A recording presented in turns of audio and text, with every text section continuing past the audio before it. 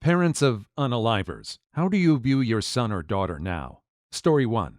So, I'm not a parent of an unaliver. I'm a child of an unaliver. I'm currently 21 years old, and when I was 3, my mom was unalived by my father. Can I even call him father? More like a distant relative, and partly dismembered and hid in a trash bag for 3 days before my grandpa, his dad, called the cops. My dad acted normal in the days following. He drank beer and watched football with the neighbors. I was raised by his parents all my life, and was taught growing up that he didn't take care of her properly as she had a lot of health and mental issues, so I accepted that, like I didn't know that wasn't a thing. I googled my dad's name when I was 11, a week before Christmas. I didn't talk to him for a year. He only calls when he wants money from my grandma. I no longer have visitation rights since I turned 18, but could get it changed to let me see him. But I don't really want to be honest. My dad is a skilled artist, which is what I love to do, so I'm grateful for that and the fact that he passed it down to me. He also plays music very well. I've not got a natural ability, but can kind of play the violin with some practice. I don't plan on talking to him if and when he gets out, if he even tries. I don't think he would, unless it's for money. I used to dream of opening a tattoo shop with him as a little kid. Miss being young and not knowing the truth, but I'm glad that I found out and know I can't trust him. Obligatory, not a parent, and not unaliver. One day, the FBI and Homeland Security showed up at 6 a.m. to raid our house. They took my parents away to ask them questions and put my brother in a police car. I was left alone because I was away at college when the crimes occurred. Find out our internet was being monitored for the past year, and my brother had hard drives full of sea corn and dog-related corn. His age range was 13 to 15-year-old girls, but the public attorney said there were also videos of babies being assaulted. He also beat and abused our beloved family dog and took videos of it on several occasions. My brother was 3 years old, so I had known him my whole life, and I had no trouble letting him go. I was mortified by what he did. I did suffer PTSD after and had horribly graphic nightmares about him chasing me down and beating me. My parents still love him and visit him almost every weekend. He will be in prison for 20 years. They will be in their 70s when he gets out. I think they blame it on mental illness. They buy him nice meals and load his commissary up constantly. Only go to visit because I don't want to upset them, as they've been through enough. And we are starting right off the top of the bat with some very dark stories. I don't think we're gonna run into much comedy in this video. Sorry about that. I don't even know what to say to these two. A father is a big figure in anyone's life. To grow up with such a heinous person must be devastating. Story 2. The S-abuse in my family is generational. I'm confident my father was S-abused because my mother S-abused me and my sister. I know my mom was also violated because she told me about her uncle who abused her. In my mom's case, it was swept under the rug, and I think that's a large part as to why she turned a blind eye to what happened to me and my sister. My dad S-abused us, as well as emotionally, physically, and psychologically. My sister also S-abused me. Because the trauma started at a young age, I developed dissociative identity disorder. It's comorbid with PTSD, depression, and anxiety. I never really came to terms with the abuse until about 1 year ago. I'm now 30. I remember things like my dad watching Japanese torture porn with me in the room, but it didn't click that things like that aren't normal until I was in my late 20s. That's the problem with growing up in abusive homes. Really screwed up junk just seems normal, so you don't think you're being abused. You just think this is what life is. It also didn't help that the DID caused events to be fractured across alters. So in one identity state, I can remember what happened, but I don't feel anything about it. But in another identity state, I became horrified and sick to my stomach when I smelled Camel cigarettes. However, I didn't know why until I came to see the other alter's memory. This story managed to be even more horrifying than the first one. This poor person seemed to be at the short end of everyone's stick. Everyone seemed to be abusing everyone. To be put under so much pressure that your mind fractures in that way is just completely,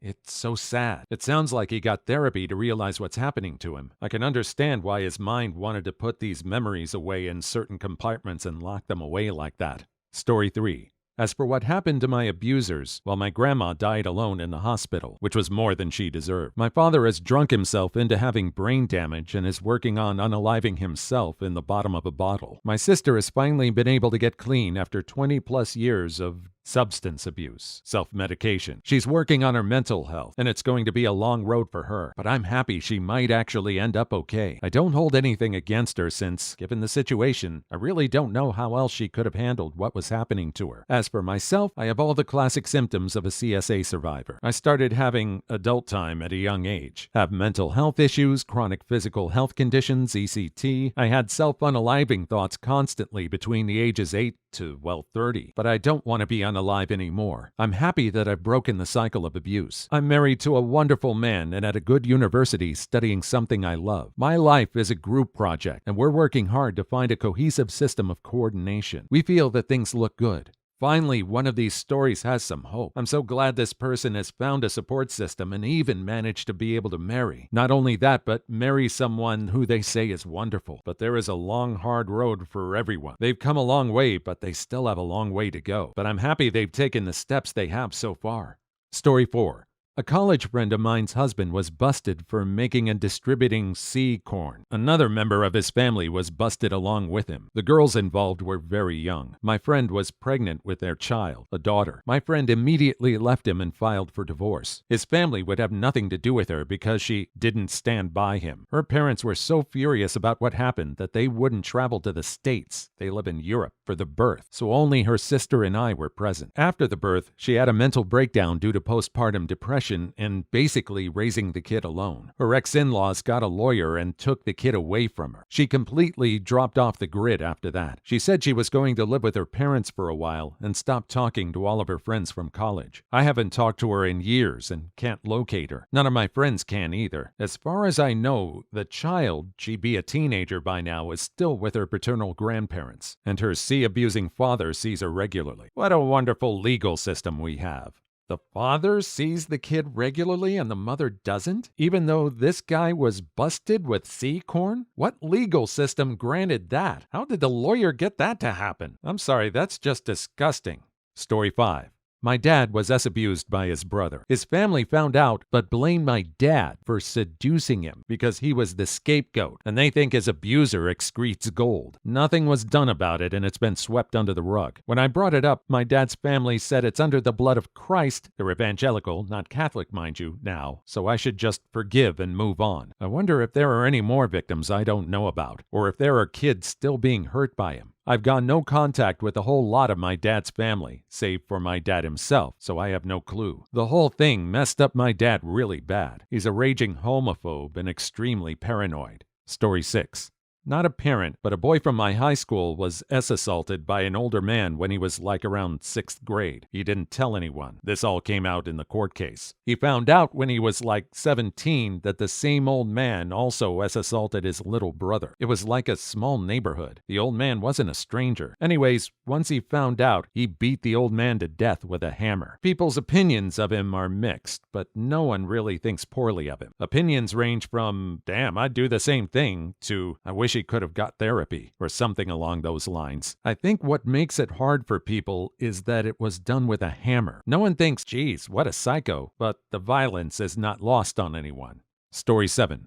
Other way around. My mom is in prison for life for unaliving. She was my best friend growing up, and I loved her so much. She wasn't convicted until 10 years after the murder, and I was ripped away from her by police and given to my estranged father at age 11. I've seen her once in prison since, and I don't know who she is anymore. I have love for her, but I don't understand how she could have done it and not think of the consequences, and how I would have gotten affected by her poor choices. I'm a young adult now, and it's been 8 years. I'm doing okay. I haven't contacted her since that visit, but I have trust issues from it though, knowing no matter how much I love someone, they can turn out to be not the person I thought. And that is yet another way how someone can be affected by someone that's in this kind of situation. I can fully understand why this person has trust issues, but I want to know the circumstances to why the mom did what she did. Was it self-defense? Was it in cold blood? Story 8. Not the parent. An uncle stabbed his sister to death. Her poor sons tried to intervene and had their mom die in their arms. He was put in life in a mental facility as he was spouting demons that invaded her body, and he was doing the Lord's work or whatever. Mom kinda said he was off, never met him. Their mother, Grandma's sister, is in denial and doesn't really want to talk about his unaliving his sister. Some people don't agree that she talks with him, visits him, and is concerned of her son's well-being at the facility. But like if she cut him off, she would lose 2 children. Most families aren't close to them, so he could very well be really mentally sick and not faking it to avoid jail that the family rumor mill likes to spew. I can't really blame her. It's all very reality-shattering. Story 9. I went to high school with a guy who assaulted and unalived some old lady. It's a crazy and long story, but he got into some trouble, got a lawyer who told him about a bunch of money, then promised she'd leave the country with him if he got it for her. The old lady was the only one between him and the cash. He assaulted her, then suffocated her with a plastic bag. Anyway, the family lost their freaking minds when he got the death penalty, and for a while I'd swing by their Facebook pages just to see what kind of stuff they'd post about it. It was always some Bible quote about forgiveness and love, or a poorly worded and structured rant about how messed up our courts are for unaliving such a young man. If it was up to his family, he'd be walking free, and it would be like nothing happened. Story 10. Not a parent. My uncle by marriage is a jovial, pleasant man. My aunt is a good woman. Decades later, I found out he had been in prison prior to their marriage. He had money, but not a clearly discernible source, so expected it to be related. Nope. Was intoxicated. Some guy of a different race said something, and he laid into him hard. The beaten man nearly perished. Don't know he didn't. So uncle went up for attempted unaliving. Hard to believe. He's always been a nice old man. Still is. It's amazing what the passage of time can do to people. I wonder if the uncle actually repented of his ways. I wonder if there was ever talk about him making amends to the person that he assaulted. Did he make peace and change himself? Or does he still think he did the right thing? Story 11. I'm not a parent of an unaliver, but I'm a sister of one. My brother is serving life in prison for 3 unalivings that he and his stepbrother committed. I wasn't born yet. I'm not really sure how I feel about him. I hate him, but I love him at the same time because we're family. My mom and dad don't acknowledge him whatsoever. And the only way I found out about him was when my mom caught me researching serial unalivers because I wanted to catch them. She then told me about what happened, but I never heard my dad speak his name, and I'm too afraid to bring him up to him. Story 12.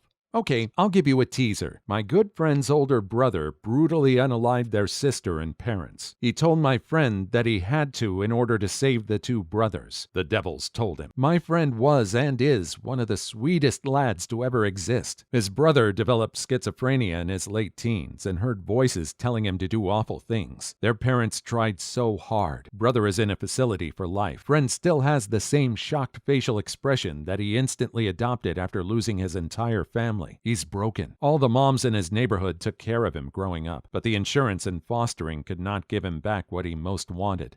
Story 13. I'm casual friends with someone in my neighborhood that unalived a guy in his teens. It was in self-defense, at least he told me so, but I think they both were into illegal activities, either pharmaceuticals and/or stealing. So the guy spent several years in juvie. It really messed him up, and he already came from a bad background. His brother was in an outlaw biker gang and was unalived, for instance. So this guy is now an M addict with a myriad of health problems. Honestly, all of my interactions with him have been fine. I think if he just came from a stable family, he would have turned out way different. I agree. It sounds like this person was just dealt a bad hand. I want to believe that this man's actions were in self-defense. I hope he can find the help he needs. I don't know how I'd react if I had that kind of background. Story 14. I worked in forensic care for a bit. People have committed a crime, but there is a background of mental illness. The relationship before the crime seems to be the most important factor, more than the details or nature of the crime itself. A lot of our patients were already estranged from their parents. History of abuse or neglect on a background of poverty, substance use, etc. For the patients who had good relationships with their parents, that relationship didn't seem to change. The parents would visit, bring them things, become involved in their care, advocate for them, offer support. Considering some of the crimes, I'd say they're the definition of unconditional love. Story 15. My grandfather attempted to be an ace unaliver to unalive my dad, but didn't succeed. My father broke the cycle and never did more than spank me maybe twice in my life when I was a complete jerk. My friend's father, I'm pretty sure, abused him. He made me hide in the closet during a sleepover once randomly because his dad was coming into the room. I found out from my mom a few years ago that that guy got locked up for being a K-diddler, so I imagine he wasn't able to break the cycle. Story 16. Not a father, but my brother hears voices that told him to unalive. I have no idea where he is. I know he's up in a prison somewhere for doing something. I'm pretty sure he unalived someone. But yeah, me personally, I just distance myself from him mentally. I pretend he doesn't exist and that I've never heard of him. Tell yourself these comforting lies enough and you start to believe them. I have a feeling this kind of mental self-defense isn't going to be good in the long run. As painful as it is, I believe confronting the truth is going to be able to set this person free mentally. I hope this person doesn't crack under any kind of mental pressure, but I do realize it's a hard reality to face. I hope he finds someone to talk to, at least. Story 17. My aunt, who was psycho before all of it happened, became even more so when her son was convicted of unaliving. The evidence was overwhelming. My mom went into it not wanting to believe, but she knew he was guilty. Not my aunt. Nothing could convince her. She died believing he was innocent. He is not. Guilty as hell. She was a cruel woman. I wouldn't be surprised if this didn't help create the monster he became. Story 18. My father was a disgusting man who I'm glad got what he deserved. He abused everyone in my home, mentally and physically, but I was the only one he assaulted. I developed early-onset schizoaffective disorder and got quickly turned on to pharmaceuticals afterwards. After my first self-unaliving attempt, I finally confided to my mother, and she immediately went to the police. He's in jail now, but I still want him gone.